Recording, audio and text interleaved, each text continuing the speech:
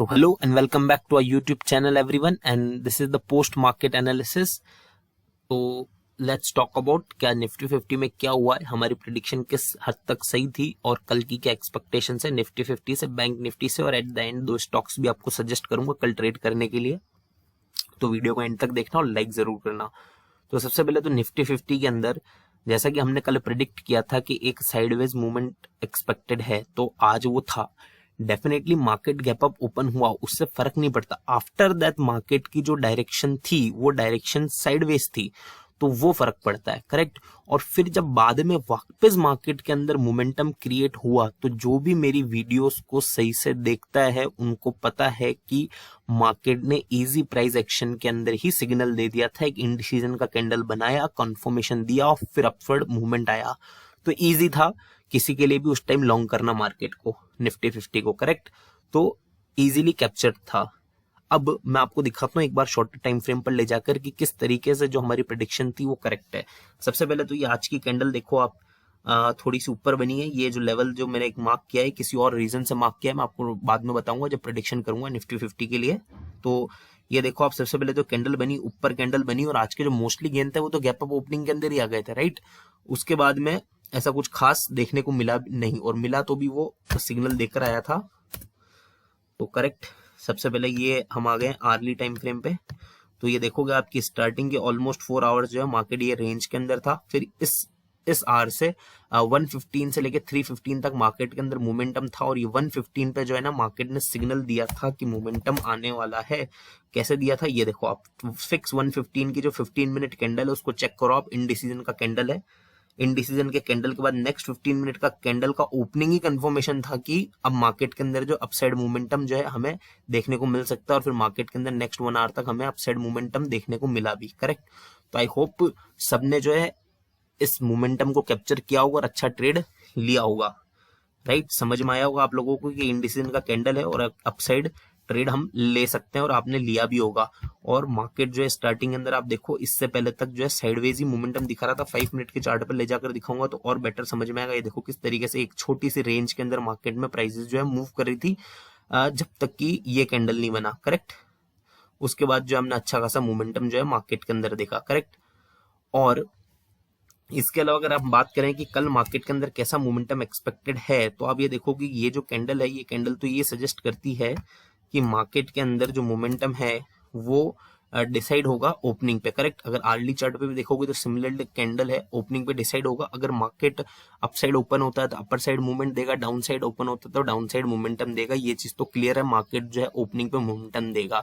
अगर बड़ी gap up opening हो जाती तो फिर वापस कंसोलिडेशन देखने को मिलेगा, बड़ी गैप डाउन ओपनिंग हो जाती तो भी वापस कंसोलिडेशन देखने को मिलेगा हमारे को।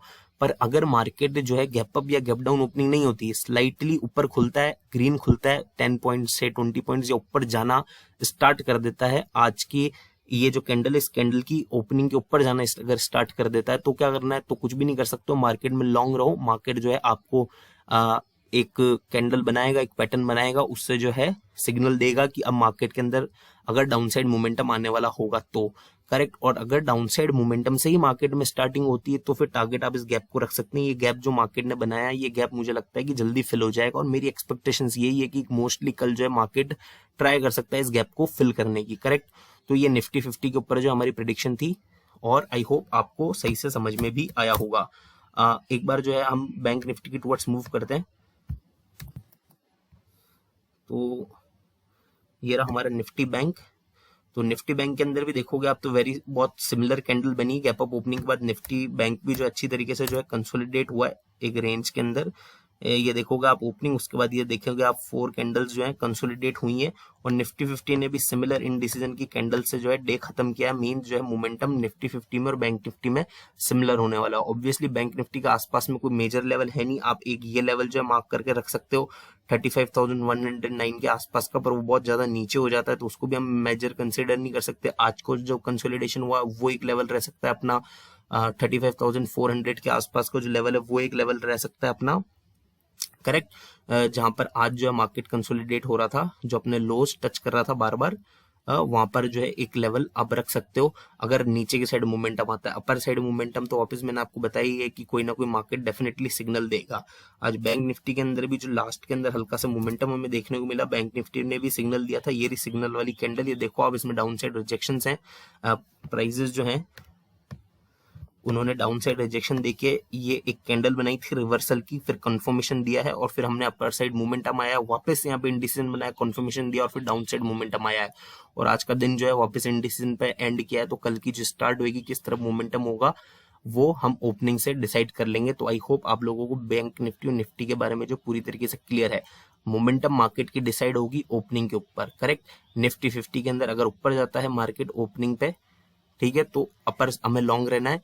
और मार्केट जो है शॉर्ट कब करना है उसके लिए आपको सिग्नल जरूर देगा, राइट। और जब मार्केट जो है डाउन साइड अगर मोमेंटम देता है तो फिर जो है हमें पता है कि वो जो हमारा गैप आज बनाया मार्केट ने उसको फिल करेगा और वहां जाके कंसोलिडेट हो सकता है। अगर मार्केट अपर साइड भी मोमेंटम आया तो ये एक्सपेक्टेशन मत रखना कि अब ऊपर चढ़ा है तो वापस मार्केट नीचे गिर जाएगा, ऐसा नहीं होगा। अगर ऊपर चढ़ा है तो वहां पे भी जाके कंसोलिडेट ही होगा, जो आज हुआ मार्केट के अंदर वही होगा। और अगर गैप डाउन या गैप अप ओपनिंग हो जाती है बड़ी तो फिर तो मार्केट डेफिनेटली कंसोलिडेट ही होना है फर्दर, ठीक है।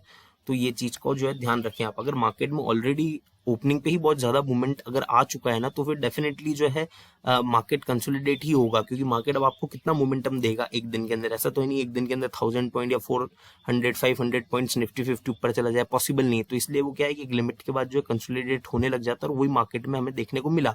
और जब दोनों ही इंडाइसेस ने मोमेंटम दिया तो सिग्नल दे के मोमेंटम दिया, उस कंसोलिडेटेड रेंज को सिग्नल दे के तोड़ा, तो काफी इजी डे था आज तो ट्रेड करने के लिए। तो आई होप आप लोग कर पाओगे। अब दो स्टॉक जो हमने उठाए, क्योंकि हम बैंक निफ्टी और निफ्टी 50 दोनों के ऊपर ही जो है हमने मोमेंटम ट्रेड लेने का सोचा है, इसलिए स्टॉक्स में भी दोनों में मोमेंटम ट्रेड होगी। सबसे पहला जो मोमेंटम ट्रेड का स्टॉक है वो है टाइटन, ठीक है। तो ये टाइटन का स्टॉक है और टाइटन के अंदर जो है हम लेंगे मोमेंटम ट्रेड। तो ये जो कैंडल है हमारी लास्ट वाली, इसके अंदर आप देखोगे जो टाइटन को हमने शॉर्ट करना है 1688 के बिलो, और टाइटन के अंदर जो है हमें लॉन्ग होना है 1695 के ऊपर, ठीक है। 1695 के ऊपर लॉन्ग होना है और 1688 के बिलो जो है शॉर्ट सेल करना है टाइटन को, करेक्ट। तो पहला स्टॉक तो ये है। और दूसरा स्टॉक जो है हमारा वो है इंडसइंड बैंक का। IndusInd, I think there is some problem,